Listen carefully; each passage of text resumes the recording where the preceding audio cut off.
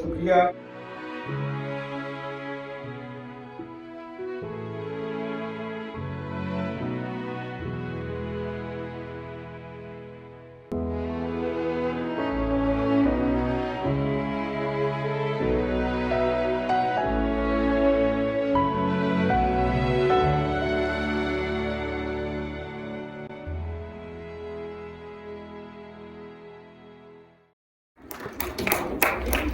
بسم اللہ الرحمن الرحیم.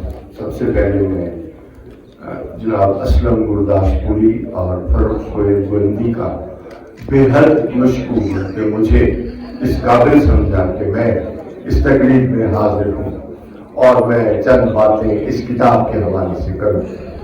مجھے یاد ہے کہ کبھی ہماری پیپلز پارٹی ہوتی تھی جب، تو آج بھی ہے اور آج بھی ہم اس کی طرف دیکھتے ہیں جب مظلوم طبقات کے لیے صرف سے آواز اٹھتی ہے تو ہم دیکھتے ہیں کہ وہ پارٹی موجود ہے اور اس پارٹی کا منشور بھی موجود ہے.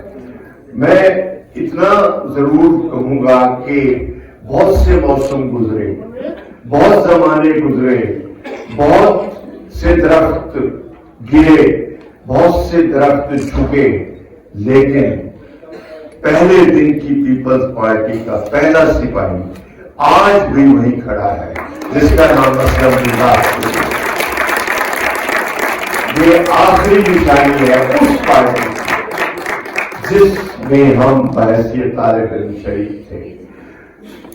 آج سے 300 سال پرانی ایک شاعر نے اسلم گرداس پوری کے لیے یہ شعر کہا ہے، وہ ذرا سب سن لیجیے. 18ویں صدی کا یہ شاعر ہے سراج اورنگ آبادی. سراج اورنگ آبادی کا یہ شعر سنیے. چلی سمت غیب سے ایک ہوا کہ چمن سرور کا جل گیا. چلی سمت غیب سے ایک ہوا کہ چمن سرور کا جل گیا، مگر ایک شاخ نہال غم جسے دل کہے سو ہری میں.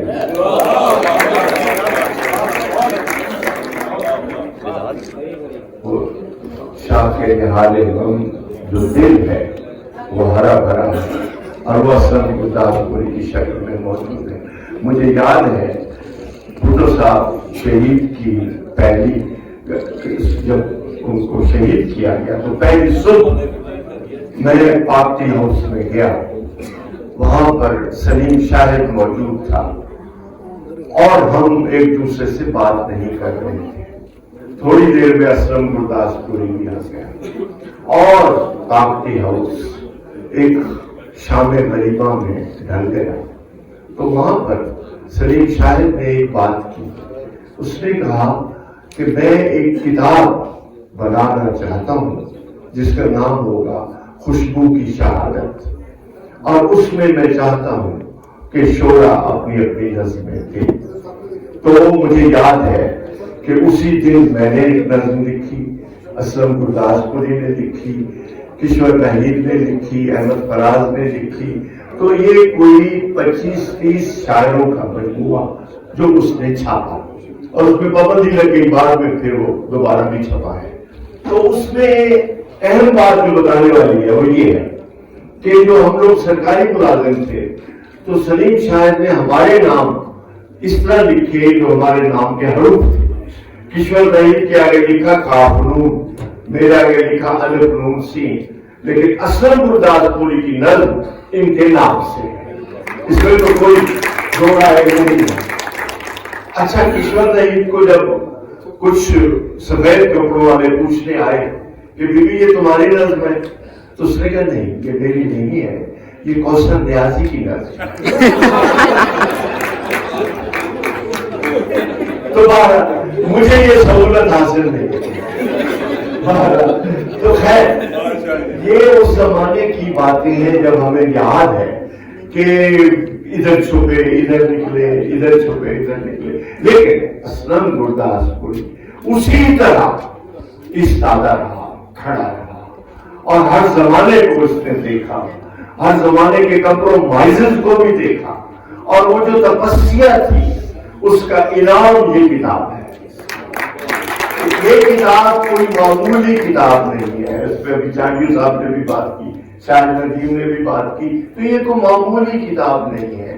وہ اس طرح کہ یہ دنیا جو سیولائزڈ ہوئی، یہ دنیا کی جو سیولائزیشن بنی، جو تہذیبیں تخلیق ہوئی، اس میں کسی ٹیکنالوجی کا ہاتھ نہیں تھا، اس میں کسی سائنس کا ہاتھ نہیں تھا، اس میں دانشوروں کا، ادیبوں کا، فلسفیوں کا، مورخوں کا ہاتھ تھا، جنہوں نے سیولائزیشن کو بنایا، اور انہی کا ہی نام ملتا ہے۔ کسی سہولت کا، ٹیکنالوجسٹ کا نام نہیں ملتا، کیونکہ ٹیکنالوجی انسان کی سہولت کے لیے ہے، سیولائزیشن بنانے کے لیے نہیں ہے۔ سیولائزیشن بہت پہلے بن چکی تھی، جس کا کی پوری تاریخ اسلم گرداس پوری نے لکھی ہے۔ اور یہ محض ایک رخ پہ تاریخ نہیں ہے، یہ فلسفے کی تاریخ بھی ہے، یہ سیاسی نظریات کی تاریخ بھی ہے، یہ لیڈرز کی تاریخ بھی ہے، یہ اس زوال کی تاریخ بھی ہے جو وقتاً فوقتاً ان فلسفوں کو آتا رہا، وقتاً فوقتاً سیاسی نظریات کو یہ زوال آتا رہا، اور پھر وہ نظریے دوبارہ اٹھتے رہے۔